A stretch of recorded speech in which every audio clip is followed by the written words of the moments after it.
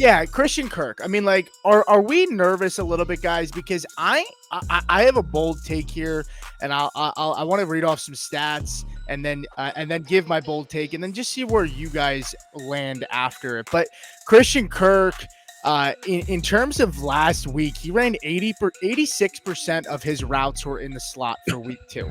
He received 3 targets. That's it. He ranked 103 out of 104 qualified receivers that ran 3 routes in his yards per route run.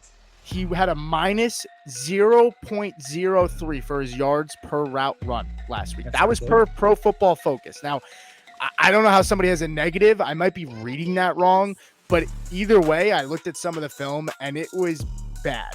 And, when it comes to separation score, last week, his separation, he was 40th in separation score from the slot. That's pretty hard to do as a starting receiver when you're getting that many reps in the slot. And 37th overall in separation score with routes outside of the slot. So he's not even getting open on the outside either. His remaining schedule for the next 4 games at least, the Bills, who are 28th in points allowed for wide receivers, Texans, who are 13th, Colts, who are 5th, and the Bears, who are 21st. So a pretty average schedule. It comes out to about 16, which is literally the definition of average when you take all of them and divide it by 4. About 16 in terms of average for points allowed to the wide receiver position. But Brian Thomas Jr., guys, I mean, like, he is very high up there in terms of yards per route run. It just, the utilization and the way that they're using Christian Kirk is starting to worry me in this offense. Is it a bold take to say Brian Thomas over Christian Kirk for the rest of the season? And it's tough sledding for the next 4 weeks. It doesn't look like it's going to get much better for Christian Kirk, but is that a hot take? And is that something that you guys can get on board with, or do you need to see it a little bit more? It's not while I'll say I need to see it a little bit more, I'll also say I don't think that's a bold take. I played the music earlier to joke with Anthony about his love for Mike Gesicki. You could play the same music when I talk about Brian Thomas. So, listen, 4 targets last week, caught 2 of them for 94 yards. I get it. You want a little more receptions there. Would have been nice to get in the end zone. But no, I mean, I think Kirk will play better than he has in the first 2 weeks. But I do think that Brian Thomas is a wide receiver who kind of, I guess, fell by the wayside, so to speak, only due in large part to just how talented the receivers were in this NFL draft. Those wide receivers that all went in the first round. So I don't think it's crazy to say that at all. Anthony, what do you got, buddy? It's just, I don't know what I feel or what I see with this Jacksonville offense right now. That's true. The past 2 games hasn't been great. Cleveland and Miami 7-3 against fantasy quarterbacks. But he's throwing, like, week 1, Lawrence 21 attempts, last week 30, but his completion percentage last week, and even week 1, 57.1, last week 46.7, 220 yards, under 7.7 yards per attempt in back-to-back games. Something's wrong here, and a lot of it, I know Jim Coventry on RotoWire, got all over, it seemed like every show this summer, he was just down on Press Taylor. He's not a Press Taylor guy. I think they need to pull the plug fast on Press Taylor, and maybe Doug Peterson handles the offense. Christian Kirk has been too heavily involved in this offense since he's been there to just disintegrate like this. And it's been a disintegration. Like last week, Christian Kirk had -1 How do you have -1 receiving yard? Yeah. And so, and then on the Brian Thomas side, he's showing his big playability, back-to-back games, putting up the yards. I think he scored a touchdown in week 1, brought the yards last week, but he has not exceeded 4 targets.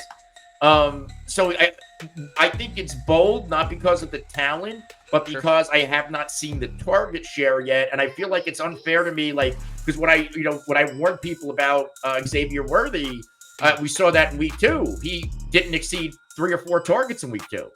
So until I see more volume, like if Brian Thomas gets like the Calvin Ridley treatment from last year, I think he's going to be an animal.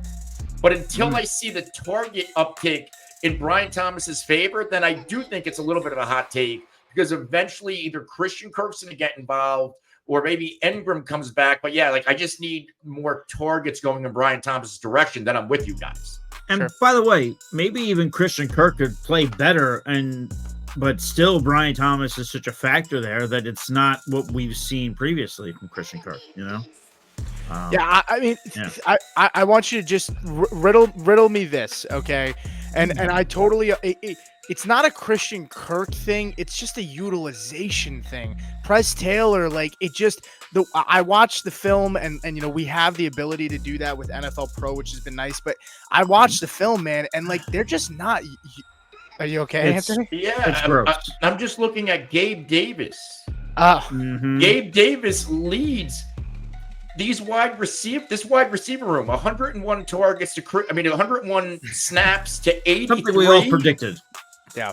To 79, and last week 7 targets, including 2 in the red zone. Yeah. Like I like Gabe Davis. Brian Thomas should be getting 7 targets over Gabe Davis. But here's the thing. Yards per route run in the first 2 weeks of the season, Brian Thomas Jr. is 9th in the NFL for yards per route run in 2 games. His ADOT, they're throwing the ball. He's 12th in the NFL for receivers that have a minimum of I believe 9 targets, not even 5 targets. So like they're throwing it deep to him. They're using him as a big play guy. And I posted a video on Twitter of a Trevor Lawrence play in a tight shot. They ran a pick play in the end zone where Kirk picked the they were running it together, Kirk and Thomas. Thomas was wide open on a slant. They're even using him on those kinds of plays. He should have scored a touchdown. Trevor Lawrence just rolled out, and that's on my Twitter if you follow me. But Trevor Lawrence just rolls out of a clean pocket. It's just frustrating. I'm more and to Joe's point, like I'm having issues with Lawrence. It's year 4 and he's still not putting it all together. And at some point we have to question, can he do it? Is it all the coaching staff? Is it a mixture of both? Like we gave him the benefit of the doubt with Urban Meyer, which was a train wreck. But Doug Peterson's supposed to be like a strong offensive mind. Last year we said it was the offensive line. This year we're saying it's Press Taylor. Maybe it's a little bit of both. Like at some point, Trevor Lawrence was anointed as this amazing talent, and he's just not doing it. Yeah, that could exist. Yeah, sure.